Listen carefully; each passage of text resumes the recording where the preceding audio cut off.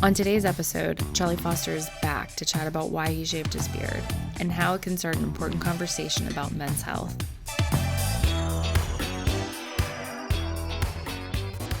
So it's No Shave November.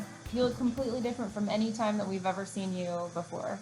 I'm going to say thank you to that. I'm going to say that different in this case is a compliment. So got to William & Mary in 2015. I was in the master's program, and at that time I had a beard, and I've had a beard continuously ever since. So I actually grew the beard that I had when we met for No Shave November in 2012. So I am old enough to have grown a beard in 2012, but 8 years continuously had a beard. And then T. Davis, our friend and colleague, challenged me and the veterans to participate in No Shave November or Movember or whatever setup you wanted to use to raise awareness for men's health. And I said, what a great cause.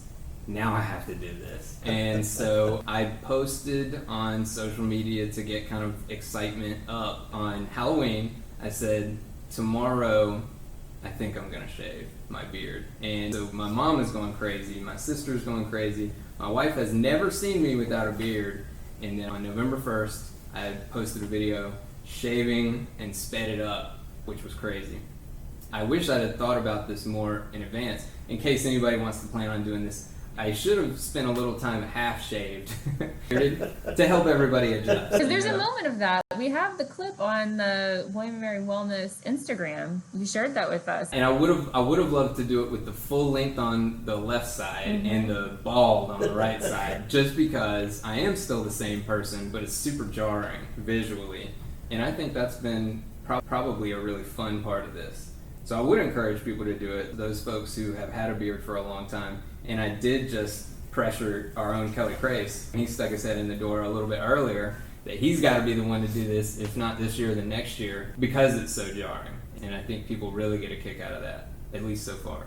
And really the point of that jar is to spark a conversation, right? So have you been joined by the student veterans that you work with? Some of them have. It was not overwhelming participation, and I'll tell you there's a couple of reasons for that. One is that not everybody can grow a beard or a mustache, and I really underestimated how many people were going to do that, because there's a time-honored military tradition of growing a terrible looking mustache. That's because it's allowed within most military regulations, is that you can grow a mustache, not a beard but a mustache, and it has to stay within the confines of the edges of your mouth. So you're allowed to, especially hilarious to participants, and that includes me. I think they are hilarious. So I said, okay, everybody's going to want to do this. This is going to be really fun and funny. And then a lot of them came back and said, well, I can't even grow one. And they say it in that way where it's a shame, you know, but I don't think so at all, because that means they couldn't grow one when they were in, which means that they didn't have to shave nearly as much as me and scrape 5 layers of skin off my neck. And it was always a risk when you got inspected. If you didn't shave sufficiently, well, now you're in all kinds of trouble. There are a few people who would have to shave twice a day just in case, because they didn't want to get in any trouble after lunch. So they eat lunch and then shave that second time, because it's just easier. It's just easier than dealing with all that. So that's a little known part of people's commitment to the military or uniformity is those, let's pour a little out for those guys who had to shave twice a day. Yeah. I just thought about something. Considering like your polished brass, polished shoes, the neatness of uniform, how did the beard piece fit in as far as, was it equal to those? Was it more important, less important? Oh, your shave, basically an inspection of an entire unit is basically a numerical measure of that entire unit. So any one individual who has some flaw counts against the whole. Team mentality that's present in the military, if you're part of a shop or a team or a squad or a platoon, basically you're accountable for each other.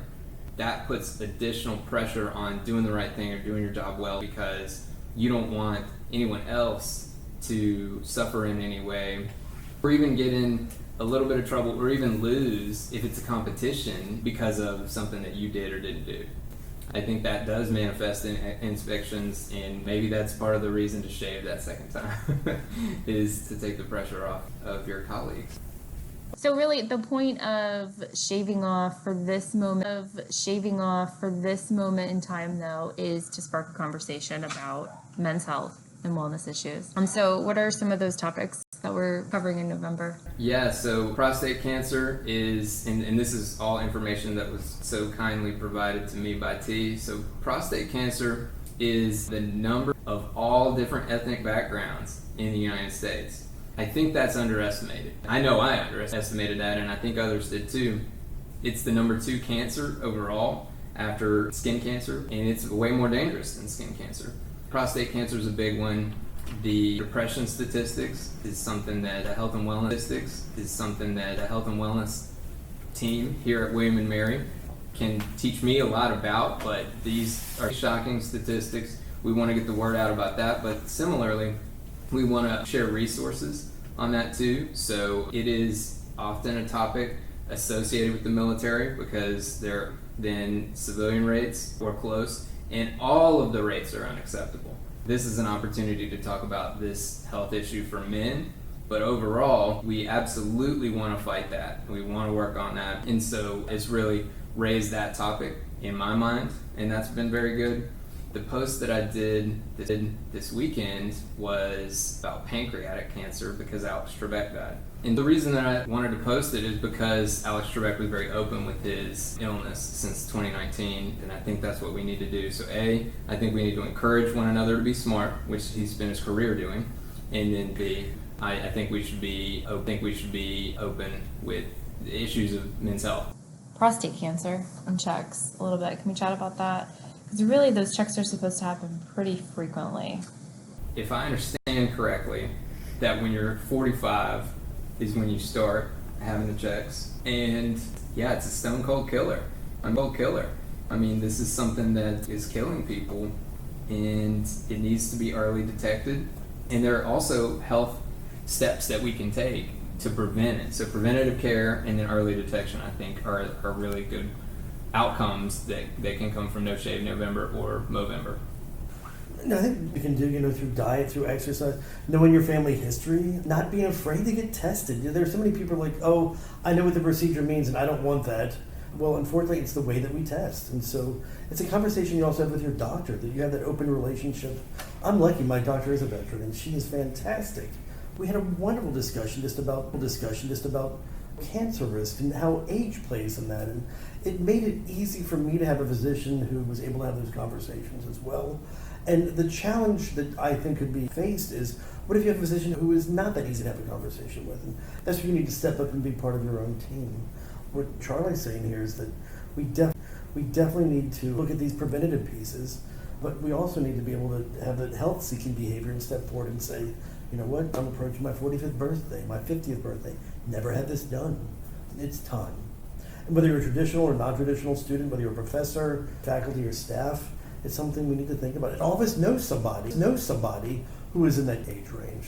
And I think, too, really instilling that empowerment, and especially for a community that is so others-serving. When you self-serve for those moments, that really just builds that ability for you to go out and more strongly serve your community and those around you, too. Right, and I think that the best viewed as a continuum, so we say the message multiple times. I mean, that's one thing that I'm committed to, is reminding student veterans, military students about resources on campus all the time. When they get here, for new students, but also, hey, the VA actually pays for tutoring this semester and next semester and the semester after every single semester. I see Eric's jaw has dropped. Well, it's a reimbursement process, though, so of course they make it as difficult as possible.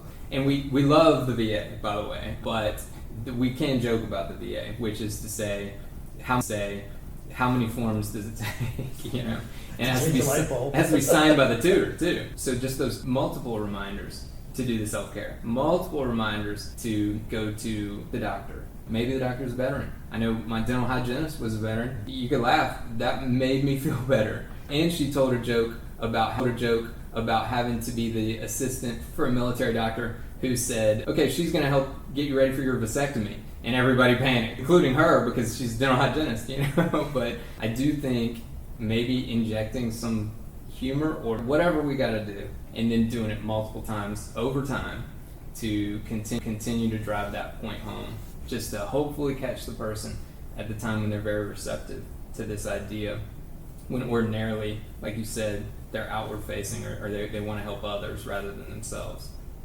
I think one of the things that we face in public health is there's that perceived susceptibility is, well, I'm not 45. It's not that bad. You get surgery if you get it. And there's a perceived risk. Well, it's not as bad as people say it is. There are the perceived benefits of, okay, well, what are the benefits if I go get tested? And, early detection. What are the benefits if I eat more fiber or do a little bit of family research?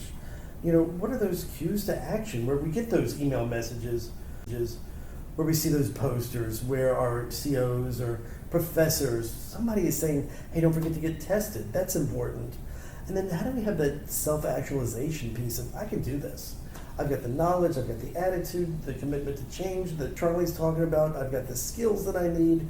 Bam, that's how it happens. Bam, that's how it happens. And it's figuring out, where are you on that scale? Is it you don't have the knowledge, you don't know about the susceptibility, and we can help plug in some of those points, or SVE can plug in some of those points.